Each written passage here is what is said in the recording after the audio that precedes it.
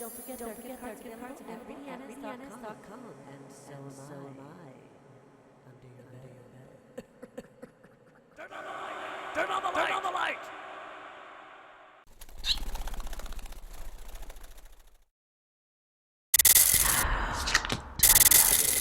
Hi there, Scorpio. This is your weekly reading for the week of December 14th through 20th. I'm excited to greet you. I hope you're having a wonderful month and that your holiday season is off to a lovely start. I hope you're taking good care of yourself and making sure that your rest is adequate, that your nutrition is of good quality because you've got a lot going on. All good. No problems. So let's continue. On Monday, the card that you've drawn is the Six of Swords, and this is a card that indicates that you may have been coming off some energies last week that were somewhat volatile, if not stressful. You might have not even known exactly where the stressors were, and that's how most of you would have felt, especially Scorpio rising individuals. So with that said, moving away from those complex times, maybe too much on your mind, too much on your plate. I had quite a few things happening to me that I thought were very much like Mercury retrograde, and yet they weren't. So it was very, very frustrating. There wasn't a whole lot I could do other than to work through it, recreate work I'd done, and had appliances and all kinds of systems going crazy. So with that said, we have the Sun in Sagittarius squaring Jupiter in Virgo, Sagittarius being your solar second house of possessions, what you value, what these possessions mean to you, the items that you spend your money on, and what it is that those things mean to you. This is also a house that sometimes we have to work with in terms of, do we really need stuff, or are we kind of filling a void? That is really something completely different, but the proverbial shopping therapy, retail therapy is what we end up doing. Jupiter in Virgo is your solar 11th house, and so this is really great because it speaks to a lot of invitations to see your friends or good times, people wanting to spend time with you, to be with you. Now, you might not have felt as sociable as other people would like you to be, and that's okay too, because this time of year, especially with all of the stressors we had last week, and we're coming off of separating aspects, but even those major aspects that were causing some of the trouble because Mars in Libra, your solar 12th house, being activated and opposed to Uranus in Aries, your solar 6th house of daily activities and your health and well-being and how you take care of yourself, or what you don't do, for yourself that you should, and also your workaday routines could have had you very, very aggressive in terms of getting things done to almost, again, satisfy that criteria that we sometimes fill with too much work and too much activity and retail therapy and anything else. And so you might not have really noticed where these things were coming from, but I guarantee you that there's something about your 12th house that is coming up for review. It's not a big deal. It's nothing major. You guys are the kings and queens of bringing up stuff and bones from down beneath the graves, bringing them back up for review. So this wouldn't be foreign to you. Mercury in Capricorn sextiling Neptune in Pisces. Capricorn, your solar third house of communications and education and short trips and communications with people, everyday interactions. And of course, Pisces being your solar fifth house of romance, children, creativity.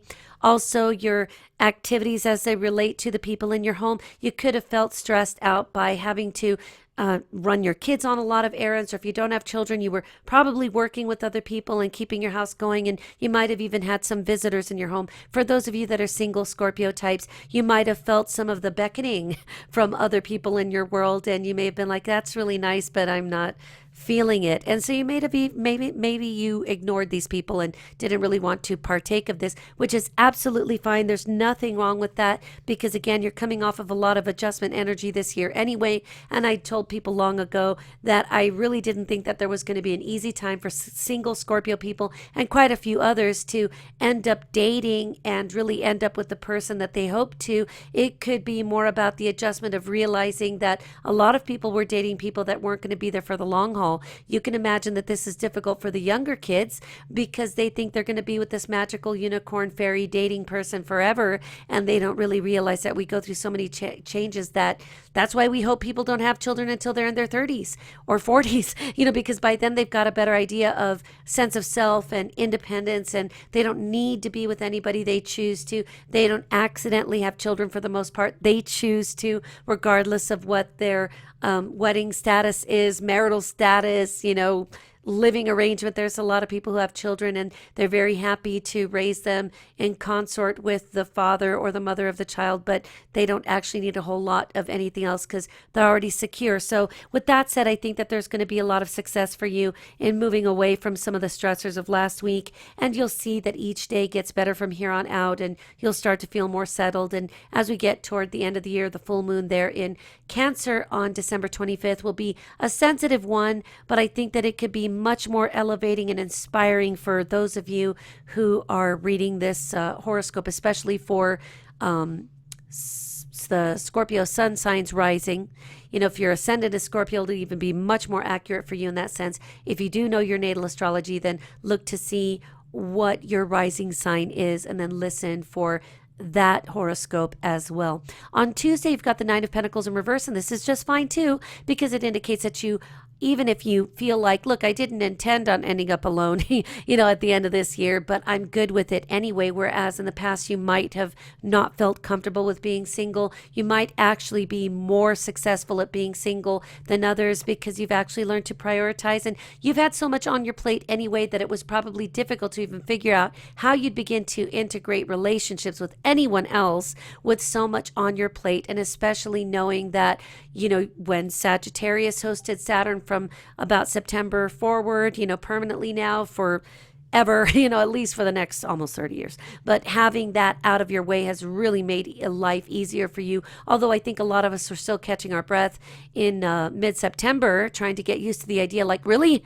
Is it safe? We can actually come out now? Is it going to rain cats and dogs, or will the sky fall? And we're actually getting to understand that these are just cycles and that they're always for our own greater good. Although if you talk to some people that had a lot of problems to correct or a lot of different issues to work through, like I'm one of them, it wouldn't have been my most favorite time. And I'm already much older than that. And so for me, it's like, oh boy, round two, here we go. At least I know I'll be too old to care. I'll probably be sipping a margarita or a bottle of Ensure on a beach somewhere next time it comes around. Also, we have to keep in mind again that Mars and Libra being opposed by Uranus and Aries is still activated. And so, of course, this could give you the determination to work out those skeletons in the closet and to get things out in the open and to face whatever lingering fears or insecurities you have. But don't spend all of your time doing that because it could actually tire you out. And then every time there's a surprise thing going on in your world of the sixth house where, okay, so the washing machine broke and now you've got to get that handled, but you got to go to work, you got to get the kids in bed, you got to make dinner. Oh my God, before you know it, you're tuckered out and tired. And I actually did that to myself last week.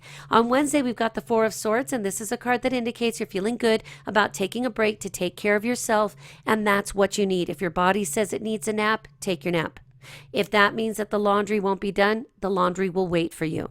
If you can't just manage to cook your typical traditional meals that you're so good about preparing for yourself and the people you love, I don't think anyone is going to obliterate your headstone with an epitaph or something horrible about you just because you ordered a pizza that one time. So don't get too much of a guilt complex if you feel like some things have to be put on hold. I know that that's me saying something I have difficulty practicing, but I think you know what I'm saying. I had to take a nap today. I took my son to do his ACT testing at the college. I came home, tried to work, did a little bit, was exhausted, and realized I need another nap because I got 2 hours of sleep last night. So there are other things that I had to put off, and I did my errands on the timing that felt comfortable for me. And I had to say, and if my mother visits me today and I don't have my housekeeping done, it'll just be another day that she visits without the housekeeping done. This is also a card that indicates if you're trying to go for any significant changes, or that Mars energy is really the fire under your butt to totally revamp your life, revamp your house, get all of your things done, do all your paperwork, get the taxes done, get just all of that. I think that you can rest on it a little bit. You don't have to get it all done because Rome wasn't built in a day. And also, you know that when the body needs rest, it will ask for it. And if you ignore it, you're just going to end up with a little virus, something else coming to greet you instead. On Thursday, we've got the Four of Cups, and this is a great influence because even though it seems kind of sad to look at, you probably have learned by now that reflection and introspection is the path to moving away from the past. And that's the only way we could really acknowledge it, by saying, wow, that was then. That's what it was, and this is now. This is who I am. The Four of Cups will just remind you to not get stuck there yet again for too long, because the universe is trying to show you the silver lining. And if you're, sitting there just kind of ruminating about things that can't be changed anyway, you will just totally miss the boat. The universe could be putting an opportunity, a person, a situation, a moment of joy, some wonderful times with people that you love, or time spent with your fur babies, taking them to the park, and you'll miss out on this because you're stuck in a sense of apathy. On Thursday, we also have Venus in Scorpio, which is wonderful for you, sextiling Pluto in Capricorn. So Scorpio being your first solar house for the purpose of this kind of reading indicates also that communications for you, getting your point across, you'll be heard more sweetly. So if there's something that you need to ask for, if there's something that you're hoping to achieve, if there's time off from work that you want, if you're hoping to get your grandkids this week, or have this conversation to see if you can keep them a little longer over the Christmas break, this is the week to ask. The Mercury starts to go into retrograde shadow about the 19th here. So we start to move into that difficulty trying to rearrange plans, and you might as well go for it now. What's the worst that you'll get told? They can't afford to spare you at work. Maybe they'll trade a different holiday for you next year. Or you find out that the kids can't stay with you and you were hoping to play, the spoiling grandmother and grandfather thing. Well, then maybe they'll remember to do that for you on Easter or next year, that there's time to plan things in advance. And you say, I really want to keep them. I was going to take them to see Star Wars, whatever it is that you want to do, ask and see what you get. But again, don't be surprised if it isn't possible, because we're heading into this Mercury retrograde shadow, which isn't really specifically where we see a lot of the snafus, but with it being in your third house of communication anyway, you could just be misunderstood. So maybe type it out into an email like, hey, sweetheart, to your daughter-in-law, I love you so much. I really am looking forward to see the kids. Can you guys stay a little longer, or can we see the kids? Maybe you can't keep them because they've got another trajectory to get the kids to visit a million other family members. You know how it goes. And so you might be able to say, is there any way that I could take them to go see the Star Wars movie? And I'm not pimping because they're not paying me. I'm just telling you because I know it comes out right around that time. And it could be something that you want to experience with the kids. If they can't spare the kids at that time, take another date. Say, hey, look, I don't care what day, any day is great to see the kids, and then just work around it. And it might be worth it for you to put it in the context of an email, so that you can even just say, hey, I'm going to shoot you this email because I'm in a hurry, but I want to see if at all possible for you to give me time with the kids or do some extra things. Or maybe you have to actually enter negotiations with your son's ex-wife. And remember that even in those circumstances, don't be like my ex-mother-in-law. She burned every bridge there was with me, the kids, my family, everybody. And so you want to make sure that you're on friendly terms without hurting anybody else's feelings. You're not doing anything but interacting to keep those kids comfortable and to make sure that mom is happy and comfortable with the arrangement. And she might say, hey, look, you could even say, hey, if you want to go out with your husband, or you're dating, or you have some errands or something, I would love to keep them for a little while. And if your son or his new wife kind of thing, if that pops up, you can say, look, it's not about that person. She's just another human, but she is the mother of my grandchildren. And so any extra time I could get, if you would prefer to be the intermediary, that's fine. I'll defer to you. Obviously, it's your ex, but those are my grandchildren too. And then hopefully everybody can stay comfortable. I wouldn't want to bring up any challenging conversations. So if you think that calling up for example, your son's ex is going to piss everybody off, I would probably avoid it this time, and then just try to work out negotiations for planning this better for another holiday or for next year. You got it? That way, you know how it is. You could just upset somebody, and if they're on the edge, or somebody's hormonal, or your son's wife or your daughter's husband is feeling irritable that day, you can see how Mercury in the third house retrograde, or in shadow at least, could start to make things really creepy. On Friday, we've got the Ten of Swords in reverse, which is actually a very good thing for you, because it shows me that you're feeling better, that even if you did have some difficulties last week, or if you're like, no, Rita, you don't get it. Since September, I've been trying to get things together and it just doesn't smooth out. Maybe you go to play bingo and you find out that they shut it down and didn't tell anybody. Maybe you go to volunteer at the soup kitchen and you didn't realize they had 40 extra people and no one knew what they were doing. And now you come in to help and you're actually training. So there's all kinds of things that could have added to your level of irritability. But if you just keep it in perspective and realize that these are just the things that we move in and out of: situations, people, attitudes, problems, politics, economics, whatever it is that, sometimes people are feeling irritated about. You of all people are the types that understand that there are people that sometimes could be having a bad day, and it's okay as long as they warn us and don't take it out on us. The Ten of Swords also here indicates in reverse that the healing is more or less irrevocable. It's not like you can change it. You will heal and it will start now. So even if you were having a health issue that was difficult for you to define, it could be that you made a surprise discovery, or your doctor called you with some surprise revelation. Uranus in the 6th house. And of course, remember what I said, Mars in the 12th house. It could be that there is something that you're doing, or you're accident prone, or you've been doing too much, or your yoga is too aggressive. Maybe your Tai Chi is too aggressive, right? That's a weird one. But if you think about it, this could be where you need to, again, realize that you can't push yourself to the limit. If you're the one that gets up in the middle of the night with the kids, the babies, the vomit, the dog, the barking, the thing, the this, the that, the phone, the alarm, whatever it is, you need to build time in there for yourself, because Uranus and Aries could bring up in a very surprising way a particular ailment that you weren't even aware of. And it doesn't look to me that there's going to be anything that major, but it looks like fatigue with these cards. It looks like you've felt challenged and stressed for most of November, where, of course, in your birthday month, you should be feeling a little bit more introverted about the month before. And then the month of, you should start to feel better. But we had some more cranky adjustments to work through. So allow the universe to show you the way in terms of what you need to do to take better care of yourselves. Now, for some of you, we could have an adjustment as it relates to your job and or your coworkers. So the Sun is Sagittarius squaring the North Node in Virgo is, of course, your solar second house of that money that you use to buy the things that you need: your detergent, your soap, your toothpaste, your shoes, your purse, the undershirts, the ties, whatever it is that you buy here could get a little bit of a reality check with the North Node in Virgo. Now, it's not a difficult adjustment or reality check.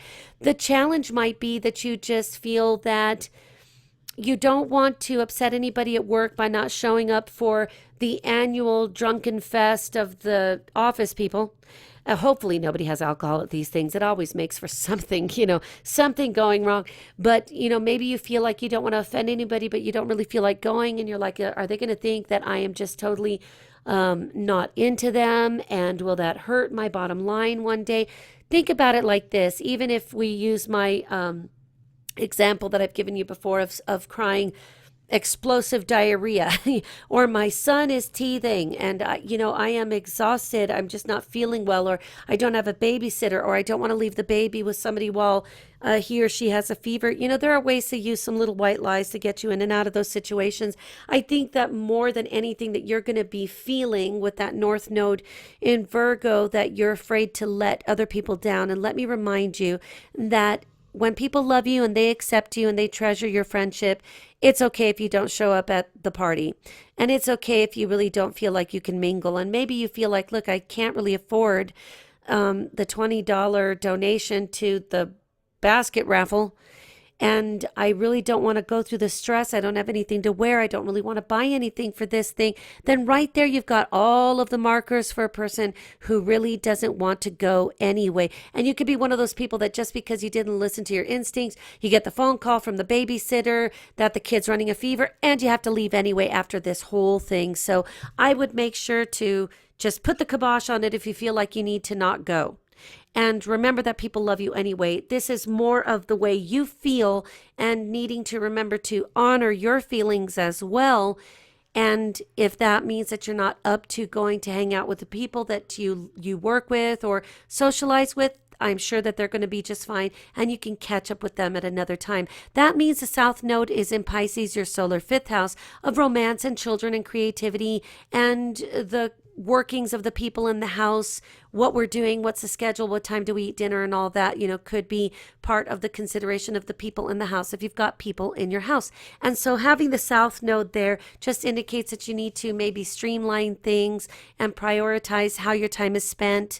Maybe you need to think a little bit more about cooking on the weekends or any other time that you can make a big batch of something and then freeze it in portion containers, which I've seen them at the dollar stores and Family Dollar, I'm not pimping them out either, but you can get, I know at Family Dollar for a couple of bucks, there'll be 3 or 4 of these plastic containers that they may not last forever, but they're great because you can have your food in them frozen, and then you just defrost them a little bit and put them in a different container to either, like I use Corel by Corningware to microwave when my microwave is working, which the door is busted right now, so I can't use it. So if you feel averse to microwaving plastics, which you probably should, then you can go ahead and pop them right out of their container, put them in another microwave safe container, and then you can maybe work some of that into your life so that since you're so intent, so bent on doing the right thing and cooking the right meals and doing the right thing and being there for the dog and being there for everybody,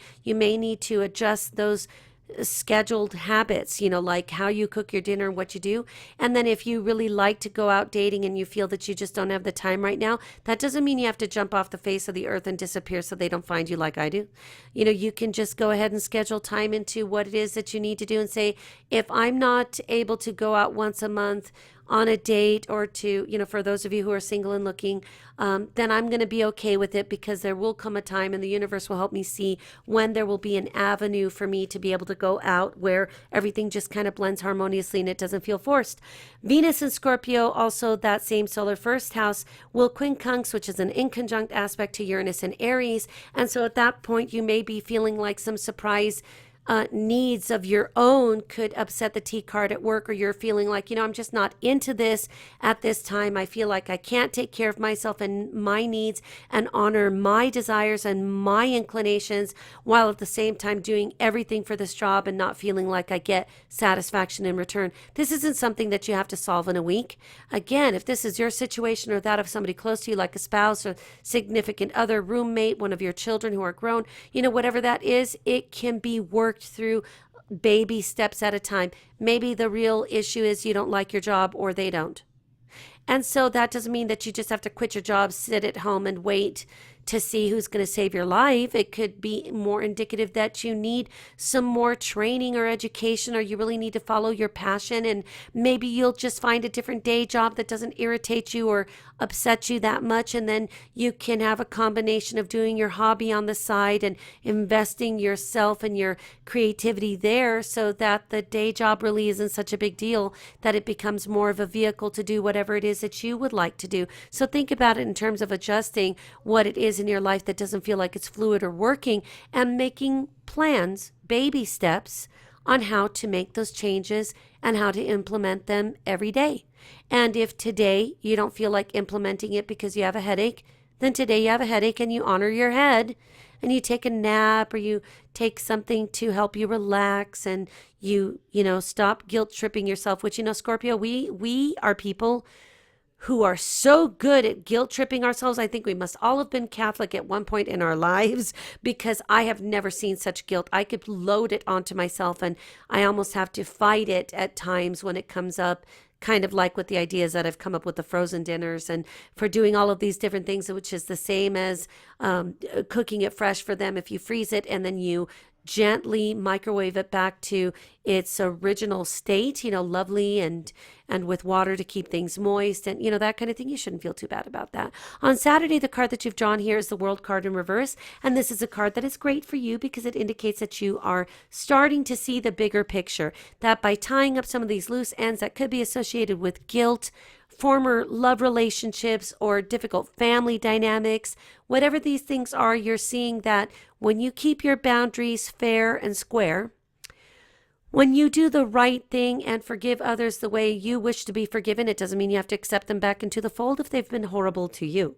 But when you're able to really release and let these past situations go, whether they're from a past life incarnation of some kind, or whether from some kind of childhood wounding, or whether this comes from some recent heartache, it's okay to put it in perspective. And if you really don't know how to work with it and it's breaking your heart, put it in a file box and in your mind visualize putting that storage box into a storage facility, lock it with a giant lock, put the key somewhere safe in your mind and don't access it until you're ready to think about it again. Maybe when you're doing some mindless task like scrubbing the counter or cleaning the shop, whatever it is that you do to keep yourself sane, your housekeeping as it were, you could just maybe think about it. And when it's the right time, the universe will say, hey, why don't we look at this file again and see if we can't decipher what the real meaning is, or what we can do with this, or how do we keep it in perspective without losing the value of the experience, no matter how negative or upsetting it was. I tell people, and I teach my own kids this, don't walk away from a horrible situation, a nightmare relationship, or some boss named Satan. Don't walk away with that without knowing what you're taking of value. Take something with you. It is your consolation gift, even if it's to say, I will never work for a freaking bastard like that ever again because he sucks and I don't want to suck in the world with him. Good. Then avoid people like that. Try to spot them before you get over involved. Sometimes it won't be possible and you'll end up working for them and you'll be like, well, I can leave this job now because if this isn't working for me and if I can't find a way to isolate this person's negative vibe, I got to do something different. Likewise, if it was an emotional entanglement and you walk away saying, I will not date weirdos like Rita does all the time because these people are just out of control and poor reflection of whatever I thought I was. So just make sure that you keep that in perspective because you really are wrapping things up now. And you'll see in 2016 without scary, hairy Saturn, which I really do. I did learn to love Saturn. Please don't hurt me. But it is one of those things that I finally had to make peace with, like I did once upon a time with Mercury retrogrades that were just the bane of my existence for about a decade straight. And at the time, I was really so over-focused on what Mercury was trying to slow me down with that I didn't realize it was because it gave me plenty of opportunities to check myself before I wrecked myself and everything else I did. So you can imagine how hard it was for me to learn lessons because apparently Rita doesn't learn anyway but the hard way. So let these things envelope themselves and kind of become self-contained so that you can physically maybe tie red ribbons on some file boxes yourself and put them away safe and protected. And if it is a long-standing old legal battle or a protracted divorce or something, and that's finally coming to its natural end, when you put all of those files into a storage box, tie it with a red ribbon, which is very significant to me. And I'll tell you why, because it reminds me of Saint Barbara and also Michael the Archangel, as well as in the African pantheon. I use it to represent Ochun and also Chango. So Chango most especially because it is related to Saint Barbara, and likewise for me, it invokes almost the spirit of Michael the Archangel. So the color red to me is protecting from harm and keeping things kind of wrapped up. And you might find that you'll see different articles in different schools of thought, including feng shui, that red is very protective as well. You don't want to use it in large doses around your house unless you know what you're doing. But for a file box, a file folder, even just an envelope that's creepy, you could even take a red marker and draw the number 8 on it. That way it's totally contained and it doesn't need to come out to haunt you anymore, because there's some major cycles, obviously, and the older you are, the more aware you'll be of what I'm telling you. You will already have seen possibly 2, if not 3, Saturn and Scorpio transits, your Saturn return as well, which is, in my opinion, much easier. So allow yourself the luxury of saying, really? Is it really almost over? Also we're going to be having Mercury conjunct Pluto in Capricorn, which really doesn't bother me at all. It again will help you face some truths about situations and communications where you finally realize, wow, I was doing all the work to help another person understand what I was saying, and in the end I realized what I needed was is a stick so I could draw a big line in the sand or in the wet concrete so that they know that these are my boundaries, and I won't do any more work for other people to understand what boundaries are, in example. So that's a good way of considering Mercury conjunct Pluto and Capricorn, which isn't always the most comfortable for people, but because Pluto is your modern ruler and it's in a house where the communications obviously are very fresh and frequent, we could be having communications that are revealing, if not healing, so that you can go through, make sense of what all this meant, even if it's only to say, you are trouble over here, guy, whoever you are, boundary here. Please don't contact me. I just won't even answer the phone. Those communications could happen with people that are no longer relevant to your life and in the grand scheme of things, you don't have to sweat it because you really don't need to keep people happy 24/7. First, you need to be safe and happy and in balance and harmony with yourself so that you can do the same with your children if you've got them, which is the priority. And then, of course, the relationship, which is another priority. And it sounds like a whole lot to juggle, and it isn't if you're old enough to realize how this all works. And for you younger folks, it isn't a big deal. It really is about going with the flow and learning what these flows and waves of energy are like so that you could use them to basically help you work smarter, not harder. We also have the idea of Uranus, of course, like we said, in Aries, squaring Pluto in Capricorn. And we've got that kind of energy that reminds us that sometimes we can't help what other people do. We can't help them see our point of view because they just, even if we inserted them into our own bodies so that they could see it from our point of view, they never will. There's not a person like you anywhere at any time in the world. And, you'd have to convince me about you being in the same place in some parallel dimension, going through the same thing. And even then I'd be like, yeah, but that still isn't the same person, because that person isn't necessarily aware of this person over here. So it isn't exactly as seamless as we would like to make it seem in a perfect sci-fi world, or at least maybe in Stephen Hawking's world. But when we've got this kind of an energy ongoing, and it will be so until about March of next year, just remember, it doesn't mean anything difficult, because for you, it's in a very quiet placement. It's in Libra. Later, when Mars moves into Scorpio, we'll have to keep you from going on too many treasure hunts, polo matches, full contact football, whatever it is that you do to really exert energy. And it will probably end up being in a very creative way for you anyway, but just keep that in mind. Also, we've got Mercury going into retrograde shadow, as we discussed, on about the 19th. So you just need to remember that. Keep track of your receipts, keep track of your wallet, your purse, your cell phone, your car keys, your vehicle. Make sure that you're being safe in your shopping experience, or even when you just go out to do your routine errands. If you're like me and you don't really shop much at all or go out and do that, you're probably shopping like I do right over Amazon. And so just keep in mind that you need to be aware, just like we all should at all times. There's nothing here that makes me think there's something terrible going to happen to you. But, I always remind my kids, people that get murdered don't think they were going to be murdered today. And it just happens. So we have to stay alert and be aware of our surroundings. If you live in a place that's icy, most definitely make sure that when you step out of the store that you don't end up flying over your shopping cart on the way out to your vehicle in a parking lot. And also we've got Venus trining Chiron and Pisces, Venus being in your solar first house of self, which makes you beautiful and irresistible and just sweet. It just really sweetens everything about you. And that will trine Chiron and Pisces, your solar fifth house of romance. So, there could be single people out there that meet somebody that you might find interest in. Maybe you're like, that is the weirdest person.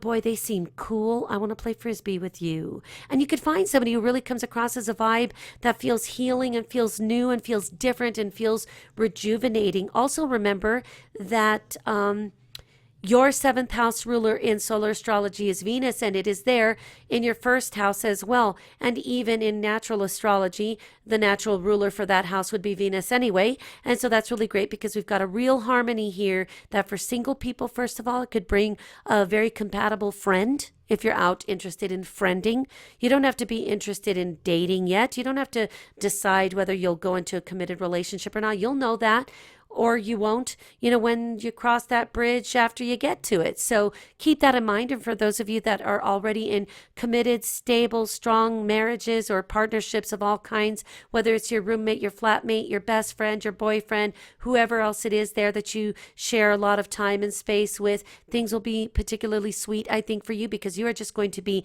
magnetic and sexy. On Sunday, we've got the Seven of Cups, and this is wonderful for you. This is a card that indicates you've got a lot of options, a lot of hopes and wishes that you would love to see come to fruition. You've now learned how to see things without the burden of the rose-colored glasses, as fun as they are sometimes. It reminds me of beer goggles for some people, but this is really where you get to make a lot of different promises to yourself based on options that are chosen by you in ways to help further your career, your personal goals, your family's trajectory, things that are important to you. You have so many options on how to channel them, achieve them, and really bring them into manifestation in this world. And that's something that I think a lot of people, they get over concerned with the power of visualization or manifestation or the power of positive thinking, because then you get people that are now freaking out thinking, oh my God, my life sucks. I broke my leg. I'm so pissed off and I have a hemorrhoid. I must have been thinking negatively. Really, probably not so. I'm more concerned about people falling into the traps of the power of self-suggestion, where, I've got a client who listens to somebody. He listened to somebody once upon a time in a video, and he was so scared out of his mind that he was hoping I would listen to this crazy person so that I could tell him if he had anything to. And I was like, are you kidding me? First of all, I'm not paid to watch other people's videos. I hardly have time to wipe my own butt, even though that's very Cuban of me to say. But you know my sense of humor by now. And I finally had to explain to him, look, I'm doing natal astrology on you. I see who you are. We know when you were born. We know exactly what's going on. And plus, if this person says a curse was put on you, I'd like to find her and beat her ass, because that's exactly not true. There are people that could be very susceptible to this. And yeah, there are people that could find themselves in vulnerable states or conditions, and they might be subject to more negative influences. But that's just the way the world works, right? It reminds me of one of Stevie Nicks' songs. I don't remember if it's The Edge of 17. And I can't remember exactly, but the lyrics are something to the effect of looking basically like a wide-eyed kid, just in a way looking so vulnerable that somebody else could totally take advantage of them. I think it was the duet with Tom Petty, Stop Dragging My Heart Around. Maybe that's what it is. And it might be echoed in Edge of 17, but I remember that she says something to the effect of, you need someone looking after you. And there are people that could attract those kinds of monsters, people who will take advantage of them. We don't have to call them demons or anything. We can call them jerks as far as I'm concerned. But in the same case, you've got so much hope and optimism that there's nothing for you to fear. And let me tell you something, Scorpio, the moment you start fearing that things are not going to go your way, and the moment you start thinking that it's just going to be all hell's going to break loose, I think you need to put yourself in timeout and remember who you are. You are powerful. If you're born with the Scorpio sun or your ascendant is Scorpio, you weren't just given that difficult mantle because the universe thought it was funny. The universe thought that you were exactly the right person to live in an extremely intense, deep, and often very transformative life, because you're good enough to do it. I don't like to go as far as to say that God only doesn't give you more than you can handle. And I'm like, why does everybody want to make God the bad guy?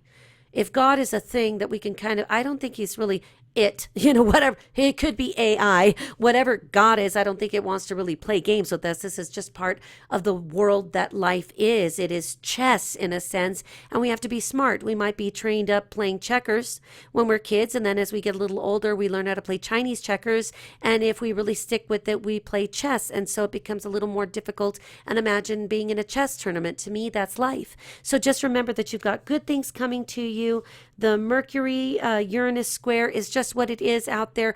Third house, sixth house. So just be careful what you say. And of course, you tend to be people that are going to be very truthy anyway and stick behind what you say. You're aware of the Mercury in retrograde shadow here on the 19th. And you are aware above all that you are wonderful, that you are amazing, that you are deserving of good and wonderful, positive things and a lot of love in your life. And with that said, Scorpio, make very good choices physically and spiritually.